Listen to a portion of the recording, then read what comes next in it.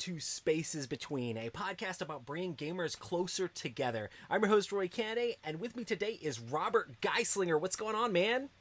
Hey, folks. That's good. Things are going pretty good. What's going on with you, man? I'm happy to be here.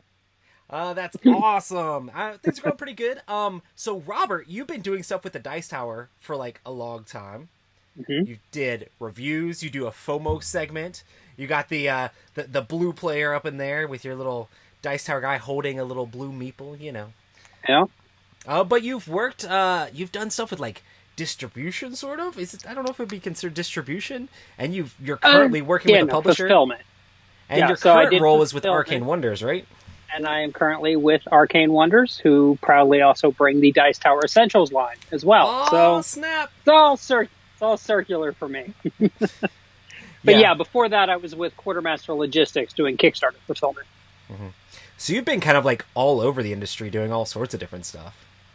I have. Pretty sure I've done most every job at this point. Not all of it in a professional sense. I mean, I still do game design too. But here with Arcane Wonders, I'm the sales and marketing director. Mm-hmm.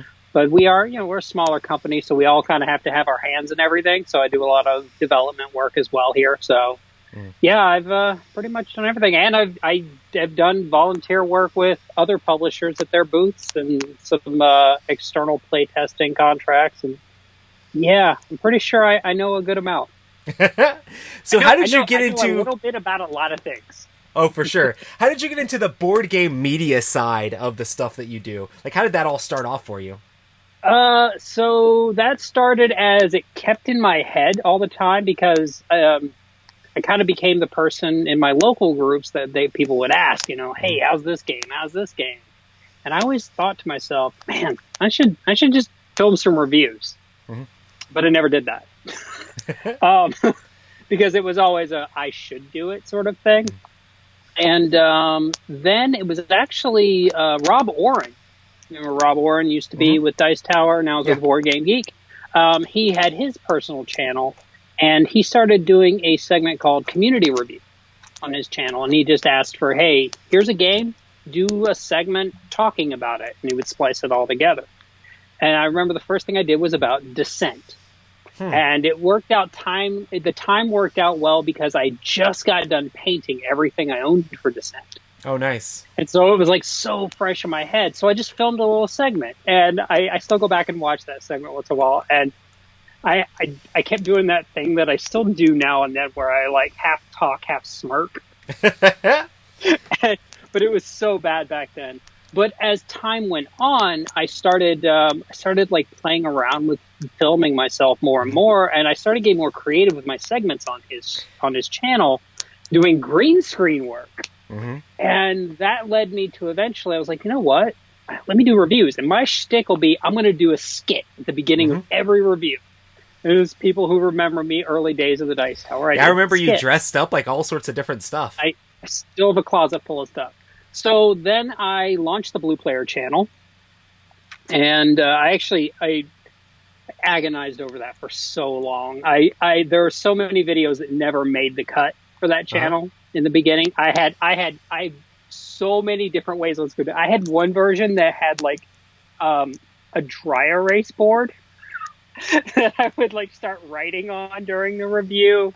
I just had so many different versions, and eventually it led to doing the green screen skits. I think I did a large purchase with Amazon and also a lot of trips to Goodwill buying costumes. And I put out the third video on Blue Player ever. Which was a review for, and I'm going to get hammered again for mispronouncing this, but Lost in Lillier, which is a little game from Atlas that I really like. And Tom saw it, and I had known Tom kind of from being a volunteer with the Dice Tower convention for a few years. Yeah. So I'd met him and stuff, but then I ended up on the Dice Tower cruise, and Tom and I talked more on there because I got on the ship early and helped do setup. And so Tom saw my video because I posted it to YouTube. He messaged me and says, give me a call. And I'm like, okay. So I called him, and he's like, hey, so we know each other. I like what you're doing with this. Yeah. How did you do that thing where you were talking to yourself? And he's like, would you like to do your reviews on the Dice Tower? And I'm like, let me think about it. Yeah. Straight up said, let me think about it. I think a week or two later, You just want to be to be in demand, you know. It's like, right, listen, right. Listen, I got a lot of things going on. Everybody's calling me up about these videos all the time, you know. Well, it wasn't just that. It was also a matter of, I actually tell people a lot, like I was excited, Tom wanted me to be on the channel, but I also was like, man, I've done 3 videos plus these little segments. Do I really want to absorb myself into Dice Tower right away? Like I'm immediately kind of giving up that blue player thing that I had agonized over for 6 months. Right. But eventually I decided it was well worth it, and I love the Dice Tower. And so, yes, I joined on, and I started pumping out reviews, and for a while I was just nonstop. Most people don't know those skits. Most of those skits were written as I turned the camera on. I had a vague idea of a costume, and then I would just make up the skit on the fly. So you were doing like ad-lib skits, like right. This was all like improv, like literal improv skitting. All of them were improv. I think the one that I did, there's only 2 that I did the most. There are 3 that I did the most thoughts. One of them is one of my favorite, and that was the one I did for Healthy Heart Hospital. And I had to script that one because it has different cuts to different characters. Oh, gotcha. And so I love that. The next one was the one I did for They Who Were 8 or some game that I really couldn't stand. But I sang a song, and that one's infamous for being just terrible. I should never have done it. Somebody should have looked at it and went, nah, don't do that. And then the other one that sticks in my head is literally the last skit I ever did, because I had grown tired of doing them. And it was so much work. I had to keep buying costumes. I had just done the little mid pieces for a Dice Tower countdown, recycling all my old characters. So I'd just gone through them all. And so I did the one for Labyrinth. And it cuts to the goblin going, you remember you're the babe. And it cuts to me and goes, nope, we're not doing this. And that's how I ended my skit career. So it was for 2 things. A, I wasn't going to go through that whole skit. And B, I was like, I'm done. Like, I'm done with this.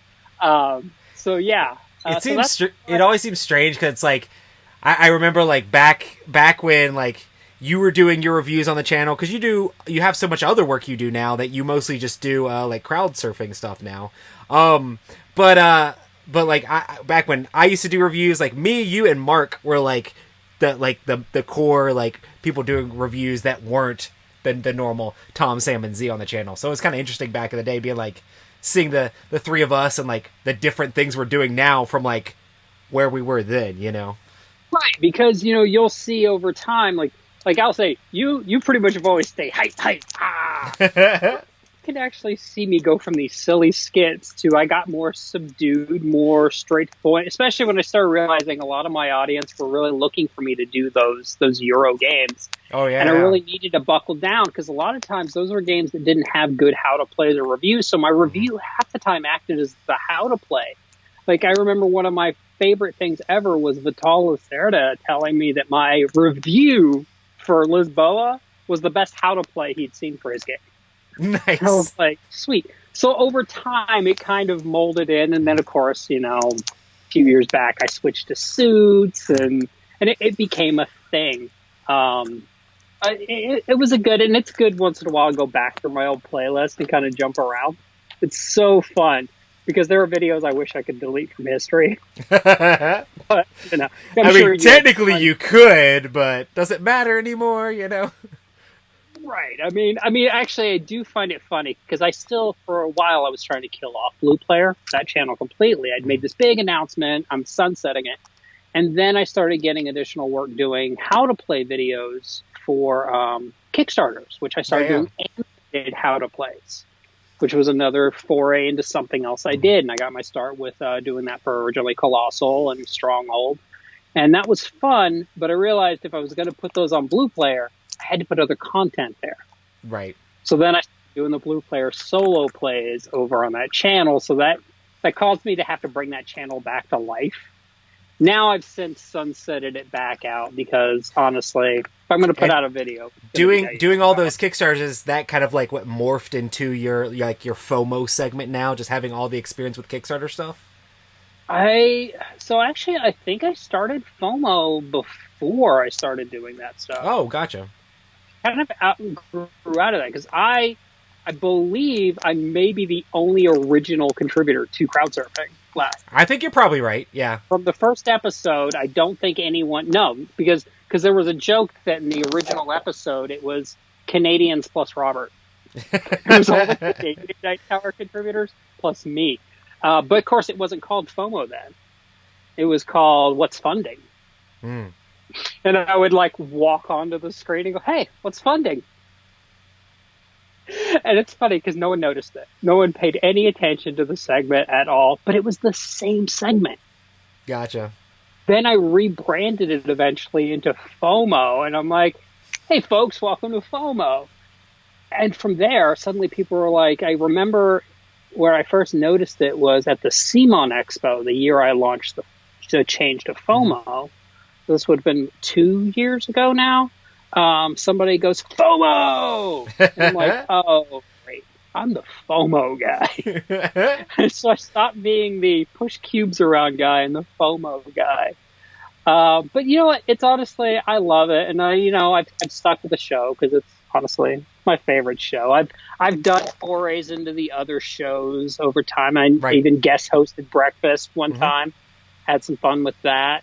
I think one time for Breakfast I did like a history of the dice, a fake history of the Dice Tower for the 200th or whatever.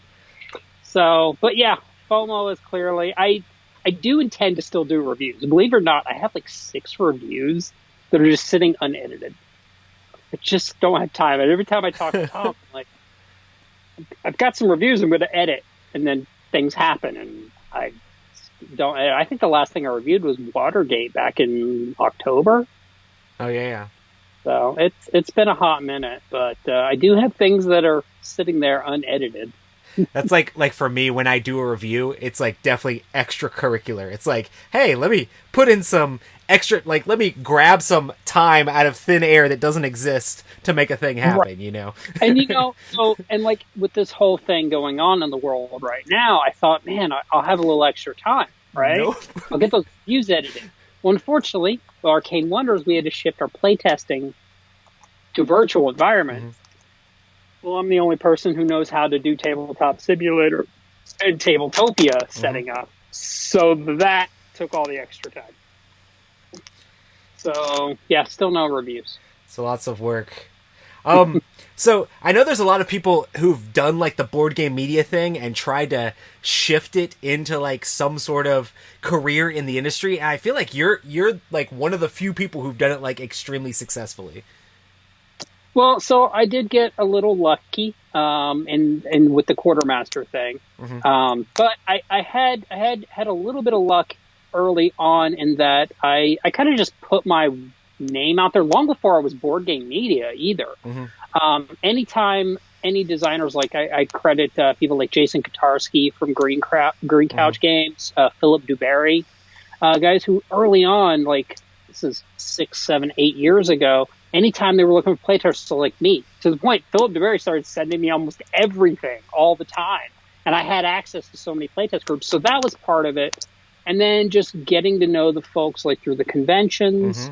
I was not afraid to insert myself into literally any conversation going on around me. If there were a group of like 6 people, like this is how I met Daryl Andrews. Like there were like 6 people. I knew one person in there and I just walked up and inserted myself in the conversation, like without anything.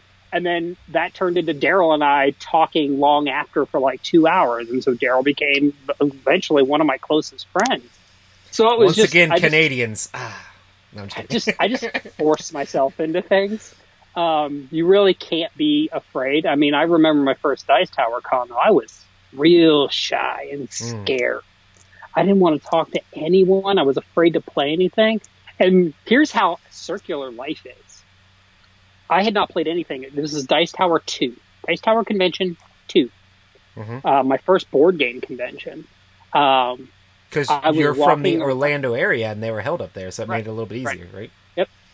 And I was walking around. I had no idea who to talk to. None of my local game group had gone. And I hadn't played anything. And I came, and this is back when Arcane Wonders had a big section of it, and they had Mage Wars set up. And it was one of their volunteers that actually got me to sit down and play something, and that, like, got me out of my shell. So it's funny that eventually, I always joke around, all my path ended up leading me to Arcane Wonders. I was always going to end up here. But then I got lucky with the quartermaster logistics thing. Funny story, you are actually part of the reason I got that job. And you don't even know why. So I've been in the auto industry for 10 years. Right. And as you know, I was never happy. I was constantly unhappy with it. The money was good, but I hated the job. And you had posted about being unhappy and looking for something. Oh yeah, and I was like, I'm gonna me too. I'm also unhappy. I literally went me too on that, and that caused Jerry from Cool Stuff to message me. That's what triggered me doing that. And then I went through, and of course, Tom put in a good word with the relationship with Cool Stuff and stuff. But yeah, that's what. And then from there, just going to the conventions, I got to know Walter, who's at Arcane Wonders now, but who was at Greenbrier. Got to know him there. I feel like Tony, networking is basically everything in this industry. Really is. I remember before I interviewed this job, I first called Walter, and I'm like, hey, Walter, do you think it'd be crazy if I applied for the job? He was already there. And I called Tony, who was leaving the job, and I'm like, Tony, do you think it'd be crazy if I applied for your old job? He's like, no. And I'm like, okay, tell me everything about your job. There you go. So yeah, I mean, it really is. Networking is super important. It helps if Tom Vassell puts in a good word for you, but oh yeah, there is that too. It's always helpful. Yeah, I think it's interesting. Like, I mean, whether you're going to be a designer, whether you're trying to do board game media, whether you're trying to like work in publishing, whether you're trying to do whatever, like, I mean, being able to like know people and like work and going to conventions is such a huge thing about like getting to meet all these different people from different aspects, and you can learn so much from like many of your other peers out there, and it can definitely help you like understand. Oh yeah, I mean, even after I talked to Tony and them, I think I called Daryl, I called Travis, Chance. I think I called every single person that I knew who might take my phone call. Scott Morris, like everyone. I'm like, tell me everything you know about sales and marketing and board games in this industry. And tell me everything about distribution. I mean, I knew a lot from being a quartermaster about certain parts of it, but obviously there was still a lot I didn't know. And I joke sometimes, I mean, I might have rushed into this and been great, but I still feel like I was woefully underqualified. Yeah, but I think it's definitely shown that you have like knowledge of the industry as a whole, because like you understand board game media. There's so many publishers out there that it just shocks me that they don't like realize like how important like the media is and how many people follow this channel or that channel and like are fans of stuff. And it's just like, if you can get a cool, awesome game that plays well in front of eyeballs, like they'll be excited about the game, you know? Right. And so, I mean, like, for example, that's what I did with Foundations of Rome. And one thing I'm a big fan and big supporter of is sharing knowledge. I know some publishers like to be tight-lipped but I actually am a big fan of any publisher, even the tiniest person want to run a Kickstarter. They want to grill me about how I ran that campaign. I will tell them the whole thing start to finish. But one of the things I said is, coming from a media personality initially, I understood that, and you get this, most videos have a shelf life of about 48 hours. After that, they get some residual, but their impact's done. Yep. I'm like, so that's why I made sure with Foundations that I made sure that people had content every few days on it. I wanted to make sure that, because honestly, most people aren't going to go looking for things unless they already hear about it. I'm like, and especially with Foundations being that it was Kickstarter exclusive, I wanted to make sure that as many people as possible knew about it. Like, even if they didn't back it, and that's fine. I wanted you to at least know about it and know it exists, because after Kickstarter, there would be no way to get the game. It's like, listen, giant buildings, Emerson Matsuuchi, Arcane Wonders. What more do you need to know? You just got to get those names out there, you know. Right, but honestly, watching the game played, and everyone has their preferences. I mean, so before I was in media, I had my media preferences. I mean, I knew that if Ryan Metzler liked the game, I probably liked that game. Like, I always knew that. Like, Ryan Metzler, before our time, Ryan Metzler was my Dice Tower guy. Right, like, there you go. That was the guy that I knew. Ryan signed off on that game, that game was for me. And so I knew that it's important to reach out to different people, but it's also important to put the game in front of the right people as well. Right, yeah, for sure. You know, it's like, why are you going to send a game that you know someone's going to hate? Like Roy, that's another thing. Is like, I don't think publishers understand, like, they don't have enough research or knowledge, like, about, like, which reviewer likes what, which, I mean, just takes being a fan and consuming all of it. And so it's kind of interesting. Right. And I see that from two sides. I mean, for example, if I was the publisher of a game like Lisboa, I would not send that game to Roy Canaday to review. Yeah, you should not. They would look at it and go, I'm not even going to open this box. I'd mail it to you. I'm just kidding. But, you know, and that's why also when I see people being like, oh, Tom hates this game, I'm like, okay, but maybe it's not Tom's wheelhouse. I bet you'll probably see sometimes that game in Z's hand, and Z's like, man, I love this game. The right reviewer makes all the difference, both from a publisher standpoint, but also from a viewer standpoint. As a person who also consumes board game media, I make sure that I mostly watch people who align with my sort of taste. They're more likely to look at games that I'll like, and they're more likely to give me a better opinion on games that I might like. That's, I guess, one of the things that's good when you have a game that's got a more broad appeal that can, like, affect everybody. It's like, okay, cool, this is for everybody, you know. Then like, that's in Tom Vassel's hands. Right. I feel like Foundations is one of those games that, like, it's not too, like, weighty or heavy, that, like, there's, like, most people enjoy playing it, you know. Right. I didn't actually put a lot of thought into who I was sending that to in terms of the game. I sent that I sent that more to who would actually just play it, like, actually and have fun playing it. It was funny, of all of the playthroughs that we ended up doing, it was actually the very last one that was on the last day of the campaign that I want to remember their names, but I can't right now. I know they're the Twitch channel. But they honestly were the most fun to watch them play. I actually jumped in their chat and stuff, and it was just a blast. And that's the thing, you know. At the end of the day, board games are supposed to be fun. I may love number crunching, and if you got to break out a calculator, I'm all in. But that's because that's fun for me. You've got ideas of, like, marketing for board games, like, outside of traditional board game media, like going towards, like, popular YouTubers and stuff like that as well? Yeah, so, and this is where I'm going to border on, I can't talk about it yet, but Arcane Wonders does have an IP-based game coming out later this year that does appeal to a mass audience. And actually, it's based on a video game, and so I'm actually gonna be engaging with like the streamers who normally stream playing this video game and have them take a look at the game. And that's something that I've always kind of felt that we do limit ourselves a little, both from a publishing standpoint. We typically have these number of people. I've made it my point, no matter how small your channel is, if you ask me for something, I'll find a game that aligns with you and send it to you.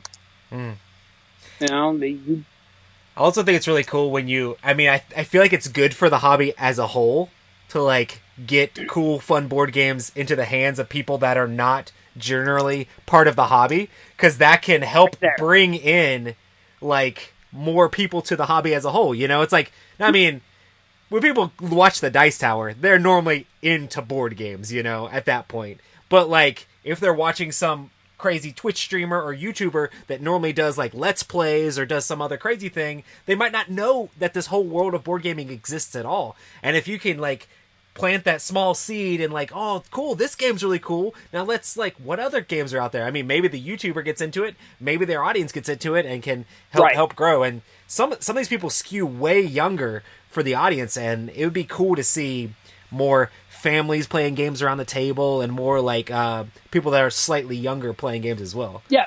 So that's one thing that I've been pushing with the Dice Tower Essentials line. The Dice Tower Essentials line, to me, I consider to be a family weight line. Oh, for sure. I've actually been pushing that game into I don't know how to say the category mommy bloggers. Oh, there you go. Yeah, that's the category. I've actually been giving them games to take a look at, play with their kids, and all.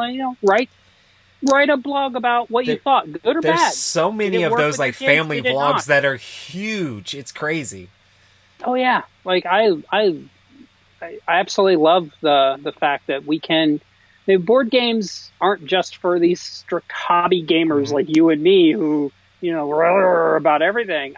Board games I want to be for everyone. They always have been, and for every Foundations of Rome game, there's for every family playing Foundations of Rome, there's 500 families playing Monopoly right now that I'd like to save them. And they should be playing Onitama instead. Won't somebody save the families? Speaking of Monopoly, at Dice Tower West, everybody's walking by looking at this guy right here set up Monopoly in the middle of the Dice Tower like Let's Play area right in the front. Not only did I set up Monopoly, I set up vanilla, plain Monopoly, no themes, nothing. Played it straight by the rules. 100% stuck with that. You know what? That was honestly a shining moment for me at Dice Tower West. I loved every moment of that. You just like the attention of all the people coming by and taking your pictures, being like, Psh, who's this guy? I mean, I never missed an opportunity to ham it up. But honestly, beyond that originally was more of a PR stunt. I'll be honest, right? It was supposed to be a joke, and I honestly originally didn't even think I'd play the whole game. Didn't you have like a like teachers wanted sign or something like that? Yes, that was part of the original joke, is I was going to put this teachers wanted sign up. But honestly, we got a few rounds in, and I started thinking, because believe it or not, there are some strategies to Monopoly. Oh, right. It's not as like trying to strong arm somebody out of their properties to get a Monopoly. There absolutely are some perfect strategies. Monopoly does have some strategies, and what properties to ignore, what properties to go in auction, when to pressure your opponents. There are actually some strategies. Yeah. And once I started implementing some of them, I was like, oh, we're playing this game. This is serious. When I started building hotels, give me all your dollars. I was like, oh yeah, I'm taking dollars. All your dollars. I'm like mortgaging properties over here. I'm like turning into a Ferengi of Park Place over here. Never buy Park Place. Useless property. Nice. It was fun.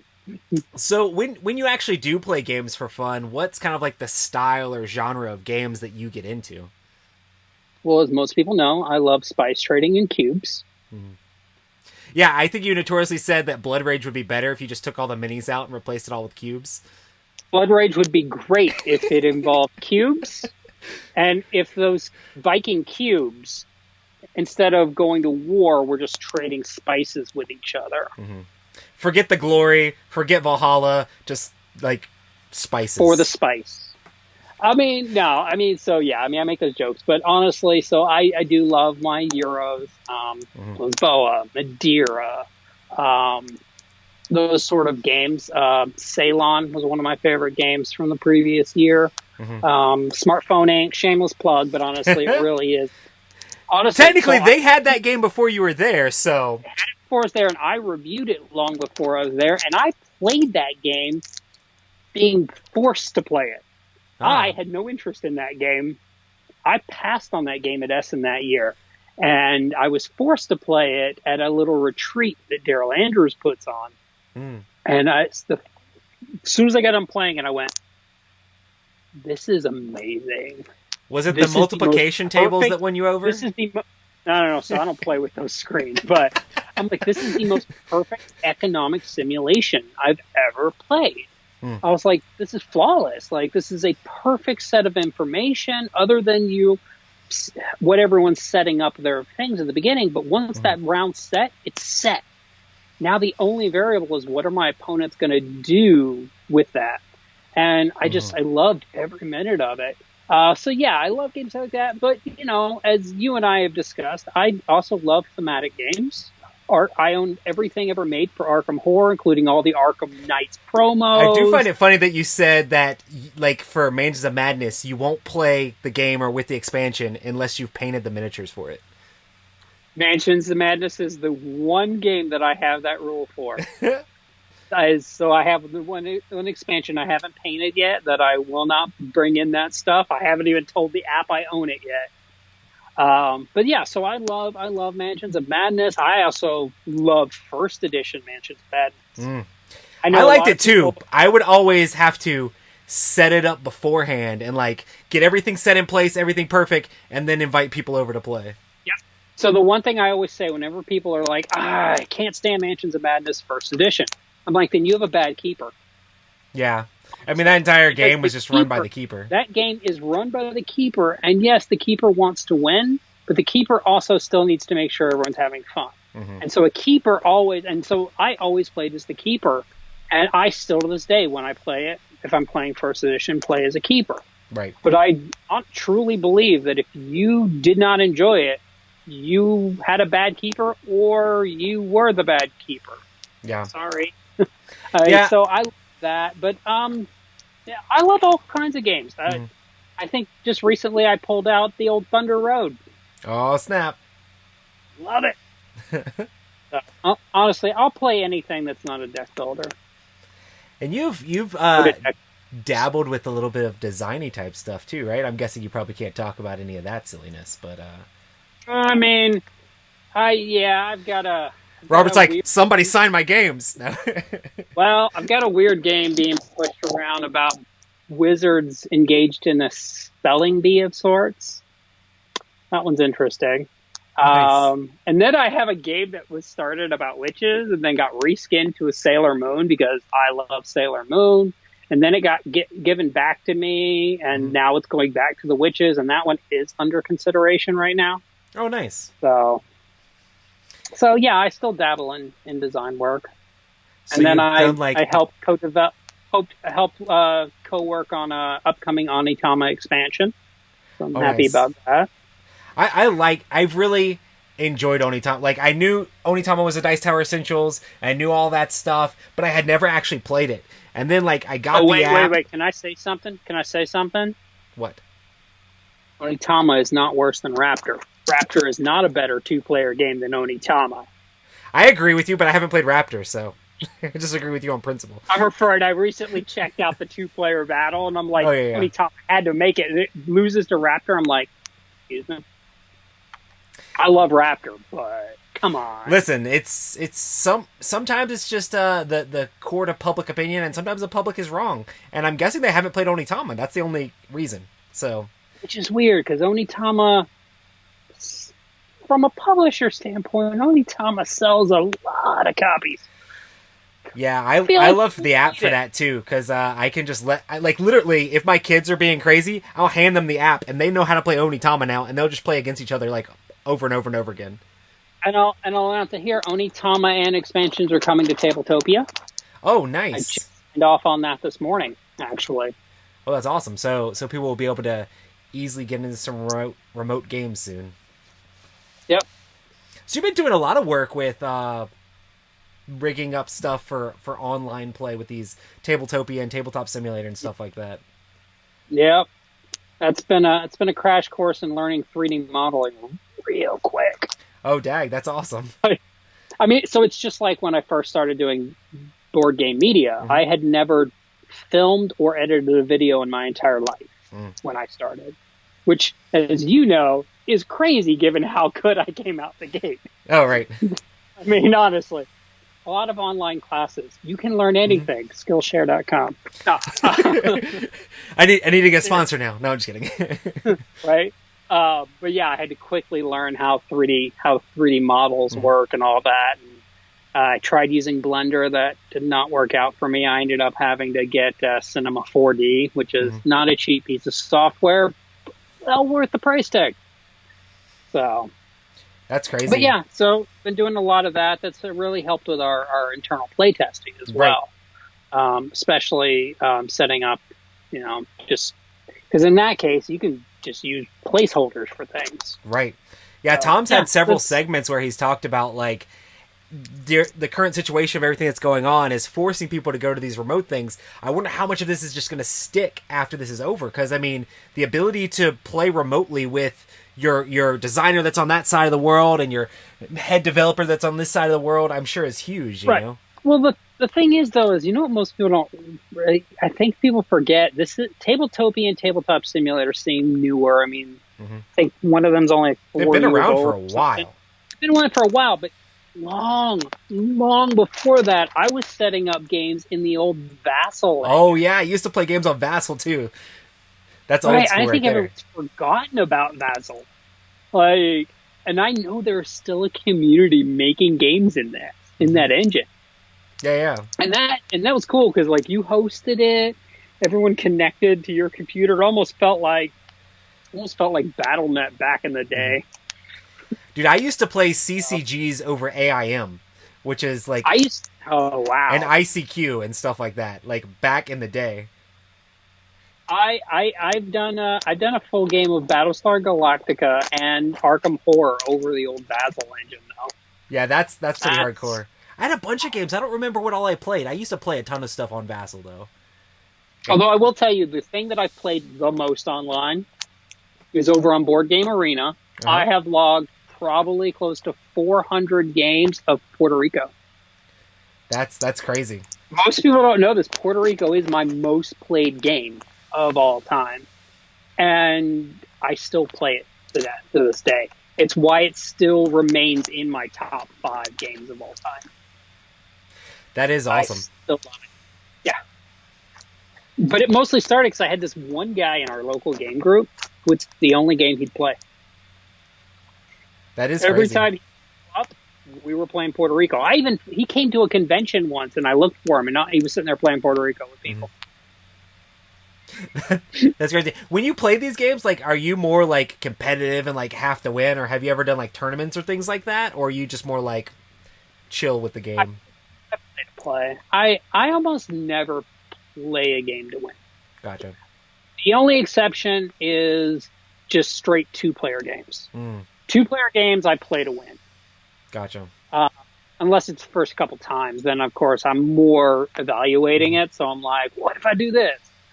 But like if I sit down with you and I play something like Onitama or Air, Land, and Sea, I'm playing to win. Like if I'm playing and I'm just going to name my own games, obviously. If I'm playing something like Dragon Scales, I'm playing to have fun and backstab you, and I don't care about winning this game at all. Like, I'm just here to have fun. That's awesome. You also do like 3D printing stuff as well. You printed tons and tons of copies of Foundation of Rome, and every 3D model that a person saw in person or on a reviewer's channel of a model of Foundations of Rome was printed in my kitchen. That's crazy. I own 1, 2, 3. I own 4 regular FDM printers and 1 resin printer. That's insane. I do an insane amount of 3D printing. Although, honestly, now that I've gotten spoiled by resin, it's kind of hard to go back when I have to print. Because if I'm printing bulk or I'm printing large objects, I need to use FDM printers. But man, once you see the quality coming off of you're like... Yeah, resin can do like amazing quality. It's just the fact that like the materials you have to be more careful with and all that stuff. What is kind of like your comparison between the two? Because I feel like you have more experience than I do in it. There is no comparison in terms of quality. Gotcha.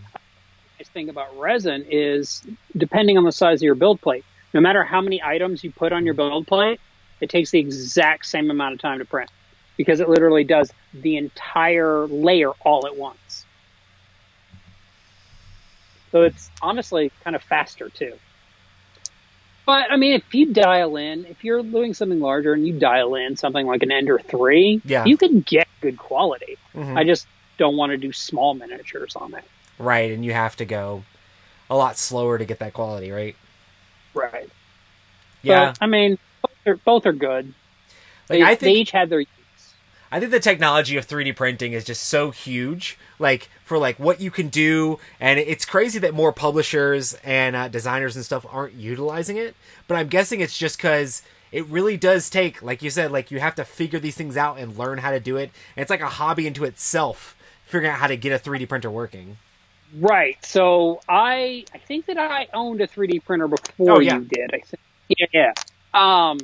And yeah, because I remember when you were talking about getting one, I think I warned you. I was like, so your first hobby when you get a 3D printer is the 3D printer. Exactly. You will spend like the first 3-4 months doing nothing but finding ways to make the printer better and print. You'll be printing things for your printer for months on it, because that becomes your obsession.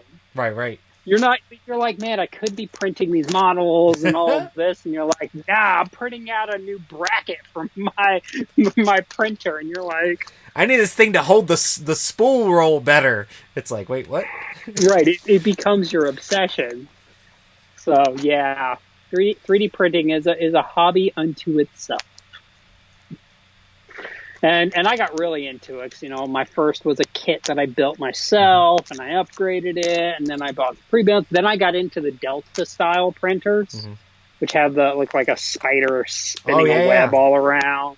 I've got one of those, and it goes. And then I've got a giant CR10 that's got a massive build volume.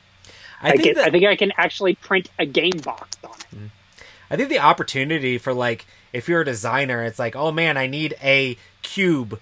Like, let me print out a cube. Oh, I need this miniature. It might not be exactly what I need. There's so many things you can do that can be good placeholders for a prototype. I mean, you don't necessarily need that as a designer to pitch it to a publisher, but I don't know. I just think the fact of being able to create stuff, and I think it could nice spawn creativity as well, Right. It can be nice to make certain things that are in there. I mean, obviously, I'm never going to print cubes on it. I can order cubes in massive bulk for cheaper than I can get filled. But for things that are odd-sized, absolutely. I mean, I remember back when I was doing early prototyping for folks, like when I did, the one of the original prototypes for Black Orchestra, which at the time was called Hail Must Die. There were certain components in the original version, and then also when I did, I had one of the first complete home-built prototypes of Scythe when it came out. There are pieces that would have been, if I'd had a 3D printer, would have been so much easier. Instead of, I went to Hobby Lobby or Michael's, and I got random wooden bits and just colored them however I thought they would, and be like, okay, so this represents this. But it looked nothing like whatever it was supposed to be, So 3D printer would have been fantastic then. Yeah, it does. I'm the crazy person that's creativity. Like, let me Photoshop everything and do this crazy stuff, and I'm like, oh, let me do this. Yeah, you went nuts with your 3D printing. Yeah, I'm more practical. Fun. I was like, let me print dragons, print all the dragons. Right.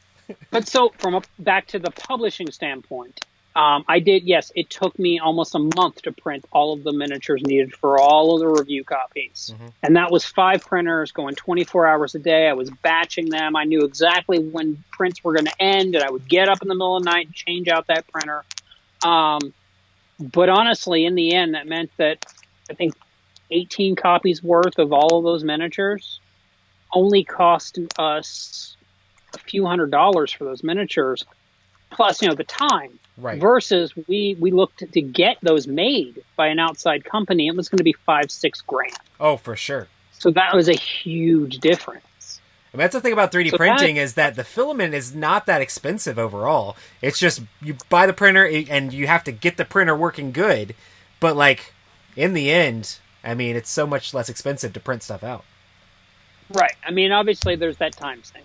There's no way around it. But if you're willing to do it, you've got somebody who can do it. You know, I mean, we had another person in the company had a 3D printer who helped out. So we were able to split some of it. Oh, and then, you know, also, it's not just 3D printers. I mean, I also own, like, a Cricut Maker. One of those cutting machines, like normally people use for crafts. Those things are fantastic. Like, all those stickers that you saw on the models that we used. Yeah. I loaded them up in a template. I put it in, and I told it cut the stickers where they literally feel like stickers. And I just sat and stickered them. The new Maker actually has rollers and stuff and knife blades.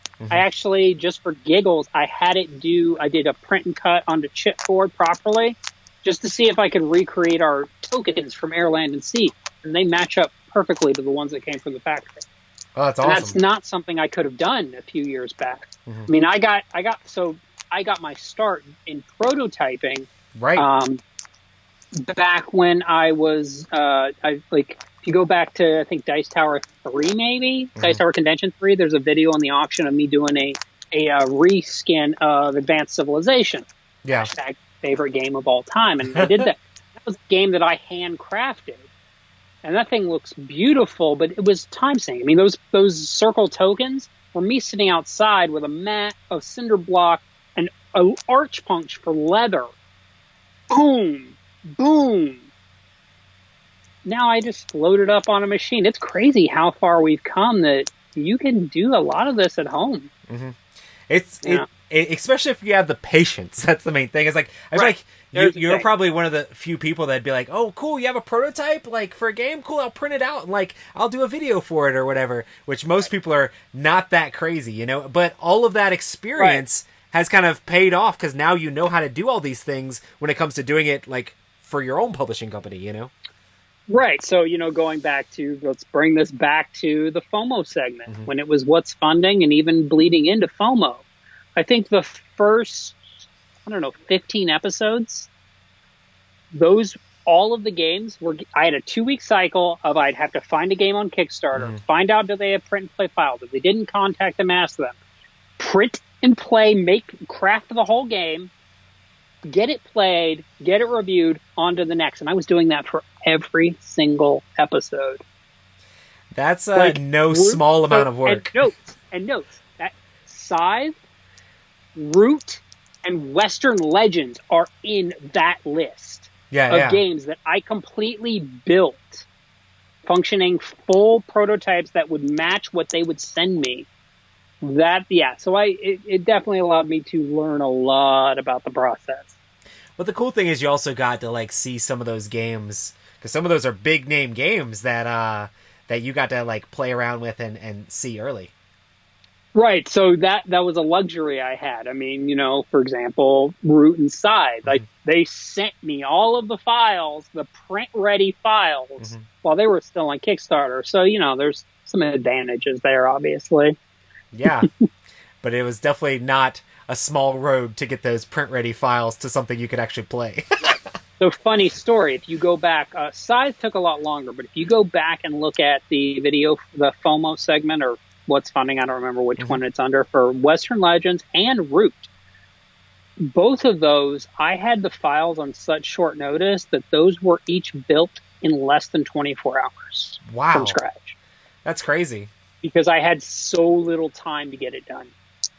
That's awesome. Yeah, now I mean, like the year that Root came out, it swept up so many awards and stuff, and in the long run, it's like, oh man, that was actually a super huge game. Oh yeah, it was massive. That's awesome. So I love your little Aster back there. Oh yeah, I have Cthulhu Wars. You're not supposed to say his name. No, I'm just kidding. I know, but so that's one of that's one of the games I actually backed back in the day on Kickstarter. You can find my name on the box somewhere near Richard Lonnius. There's 37 boxes on top of my box, or else I would try. Only the core game, obviously, but yeah. That's awesome. So with all this Kickstarter stuff and the fear of missing out, do you back a lot of Kickstarters yourself? Yes, but mostly it's $1. Oh, gotcha. And then kind of, because honestly, so shame time, I own about 2,500 board games. I would say about a third of those still live in shrink wrap. Oh, wow. So you haven't even punched them. Right. No. So a third, I would say, live in shrink wrap. I'm going to start calling you Jason Levine. Punch. The thing is, I play a lot of other people's copies.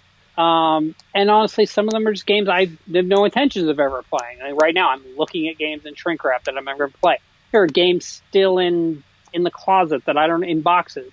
So I don't back as much as I used to. But if you go back to the early days of Kickstarter, like 2012, I was backing board games left and right. I have so many games that you have never heard of from Kickstarter back then. They came out. I have some that like only partially shipped, and I happen to be in the list of those. So I used to back a lot. Since doing FOMO, I don't back at full as many because most of the time I've reached out and I'm like, hey, I'm interested in covering this. You know, I don't charge anything for it. If you want to send me a copy after, that's cool. If they say yes, then obviously I'm just going to back for $1. If they say no, hey, great. I'll back for $1 and I'll decide to pledge manager. But so I still back things, but not as frequently as I used to. But it has nothing to do with the games. It has more to do with the fact that I don't have space. But there are some that I have backed. Recently, I covered Excavation Earth.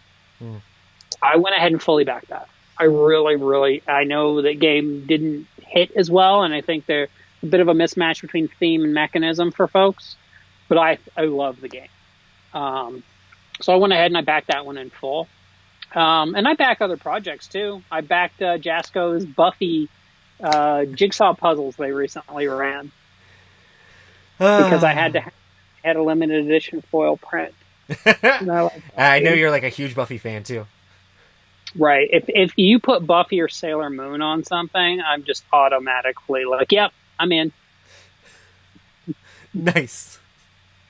It's like an auto thing for me. I was thinking, like, what game should be rethemed to Buffy and Sailor Moon? All of them. Every last one. All of them. Advanced Civilization, Buffy edition. So if there's any people out there that are listening, that are still listening at this point, congratulations. But also, if there's somebody, no one's still listening. that's like, hey, I wish I could like do board game media stuff or have a job in the industry. Like, what would be like your tip of like how to do that sort of thing? Just do it. No, seriously. Honestly, push towards it, right? As far as media goes, just do it. Don't be afraid. You got a phone? Cool. You got I think I shot my first one on a phone. I shot my second one on a webcam. I shot my third one on a camcorder. Just make a video. And honestly, don't be afraid to make a video and go, nope. Or just share it anyway. Like, when it comes to board game media, my only advice to that is just do it. Like, there's probably nothing stopping you from making something. And you can, and most of us, Roy, myself, anyone in this are honestly super. We'll help you. So if you do it this way, or get this camera, or this is a cheap lav mic for $15. And you don't have to start with like great. The high end of stuff. Like, there's so many people that are like, oh my goodness, I need to buy this expensive thing and that expensive thing. I want to have the same stuff the Dice Tower has. It's like, listen, the Dice Tower didn't start with that stuff. And if you buy all that stuff and decide you don't like it, and you don't want to keep doing it, then you're in the hole, you know? Go back to Tom's earlier video. It looks like he's using a Sony Power Shot in his basement. All right? Pretty sure he was, but it was his garage. But, yeah. Right. And another advice I give is don't be afraid to just review things no one else was reviewing. Like, a lot of my early reviews were things that I bought to review, and my only criteria was they were on a clearance sale. And no one else had reviewed them. Like, that was my criteria, because it allowed me to get games cheap. You know? No one's going to just send you things right away. I mean, obviously, some of us publishers might, but I'm just saying, like, grab whatever, film, or do you love a game? Film it. Just when it comes to that. As far as the industry in this current climate time, it's a little hard to speak to that. Things are tough, but honestly, this one goes back to the original things. And unfortunately, they're not things that can be done this year for the most part. It's volunteering for publishers at conventions. We're always needing them. In fact, with Origins moving, I think I'm going to need some volunteers. And those are paid volunteers for Arcane Wonders for Origins this year. I think I'm going to need a few extra people. So don't be afraid to reach out and find out. There's a tabletop jobs community on Facebook. But honestly, just get out there, play games, talk to people. If someone says, do you want to play test something? Say yes. And that I always say that. If someone asks you if you want to play test something, always say yes. I mean, that just goes back to the whole networking thing, like being able to work with other people and like help people out on things. When it comes back around, then people are excited to help you out, you know? It's like... Right. Also, one other point that I do want to make. Don't be afraid to take the non-glamorous jobs. The reason I took the quartermaster job initially was because it was a industry adjacent job that had analogs to the real world. It was just a sales rep. It was the most unglorious. Now, granted, I kind of prima donnaed the whole position and put my face everywhere, but that's not really what the job was. The job was a boring sales position. Right. Like, don't be afraid. There are a ton of just real world jobs that exist in the industry. Don't be afraid to take those. Not everybody is going to be the face of a publisher. And that's honestly, you've got more stability not being the face of a publisher. I mean, one of the main things for success in anything is just chasing after it and being persistent, you know? Like, if you want to do something, do it. Right, but looking at industry adjacent jobs is very helpful too. You know, like I came in through a fulfillment sort of way. I mean, I had a few advantages here and there being from media, but do those things together, you know, and it helps. Just any chance you can to talk, put your face out there, but also just keep learn about how this industry works and things like that. I mean, that's honestly, I wish I had secret sauce, but I could sit here and tell you, do this, do that, do this. But I will be honest, and there is sometimes just the laws of right place, right time, all of the stars aligned. Right, but you have to you have to be in a place to where you can be there, right? And that's why I say, be at the conventions, interact, volunteer, do those things, because the stars aren't going to align if you're not also aligned. Right. But like, you can't, you never have, like, yes, luck is involved, but if you never roll the dice, you know, there's that. You just got to keep rolling the dice, and hopefully you'll stop getting crit fails. Crit fail, crit fail, crit fail. But honestly, ask yourself, do you really want to work in this industry? Yeah. I mean, if you want to not be anything like Robert Geistlinger, you should run as far as you can. Well, I remember when I left the auto industry, I was making good money. I'd been there, and then I remember the guys telling me, they're like, we support you. We know how much this means to you and all that. And they're like, but don't forget, sometimes when you turn a hobby into your full-time job, a hobby stops being fun. And as much as I love my job, I love this industry, I love board games, there are days where I don't want to look at a board game. I don't want to think about a board game. I have rooms in my house filled with board games. If I see one more meeple, bedroom, and I just want to make them all go away. There are definitely days where I hate board games. It's okay. You can go back and watch some Sailor Moon episodes and calm yourself down. I mean, I could just watch old Roy Candidate videos. Is there like an analog comparison to those? Lots of jumping around in both videos. This is my Roy impression. Nice. I think that's kind of how my intro looks for my reviews. That's like exactly how it is. Totally the intro to your reviews. Me, I'm like, hey folks. And you're like, hey, well, you used to dress up as like doctors and all sorts of crazy stuff, so. That's fair. I did once dress up as a crazy wizard with a creepy beard and a hat going, "Hey, you know what wizards love? They love rolling dice." Bring back. You should just redo one of them. Like, just redo an old review, old school Robert style. I have thought about sometimes redoing one. The one that makes me laugh. So like once upon a time we didn't used to do the full editing on our video. We did our main editing, and then somebody at the Dice Tower would put the bumpers. I rallied hard to make it so that we could put the intro and outro on. I'm like, why is somebody re-rendering this video? They're wasting their time. I can put an intro and outro on it. Plus, they're ruining my quality. But my favorite one was I did the video for Madness at Midnight, where I'm as a cultist and I'm a cemetery. I'm doing this voice like, and then all of a sudden you hear sirens going, and it goes, "Is that the cops? I gotta go." And Z told me later, because he ended up doing the edit, he's like, as soon as you did that, I just busted out laughing for like 5 minutes. Man. Fantastic. But there are some of those I shouldn't revisit, like the Perlock Holmes one, where I'm like wearing an old trench coat and I've got cat ears and I'm like pawing on a lamppost in the 50s. We probably should go back to that. That was awkward. Nice. Well, on that note, we're at an hour now, so I guess we should wrap this thing up. Hey, if people want to, I'm not sure anyone got anything from any of this. I mean, who knows? But if anybody wants to find out more about stuff you do, find out more about Arcane Wonders, any things that you guys are working on that you want to share here at the end of this that they can find out, let them know. Twitter, Instagram, Facebook /Arcane Wonders.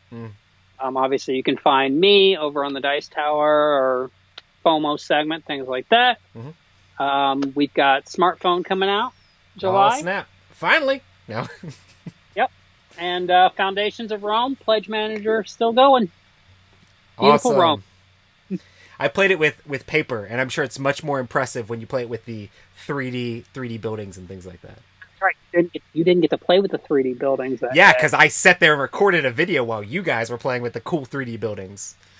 Yeah, that Tom said, "This is satisfying." That's satisfying. Hearing him say that it's satisfying. That's all. It was. But yeah, and also ArcaneWonders.com. And also, just a quick shout out that we are currently doing 25% off everything in our web store.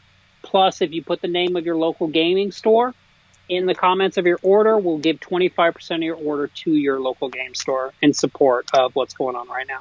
That's awesome. That's shop.arcanewonders.com. Everybody make sure to check that out. Also, if you want to see more Spaces Between, these come out on the Dice Tower at 5 p.m. on Mondays. And you can also check out the audio version over on iTunes if you just search for Spaces Between. Well, thanks everybody for coming out, and we'll see everybody next time. Bye! Bye! Thanks so much for watching another Dice Tower video. If you enjoy our videos, subscribe to the channel for more fun, comprehensive board game coverage. Also, consider joining us at one of our events. Come to Dice Tower Retreat, a small, intimate gathering where gaming is king. Join us for Dice Tower Cruise, the largest board game cruise. Attend Dice Tower West in Las Vegas for gaming fun on the West Coast, or Dice Tower East in Orlando in sunny Florida. Dice Tower Conventions, the friendliest gaming conventions on Earth. I'm Eric Summerer, and you've been watching The Dice Tower.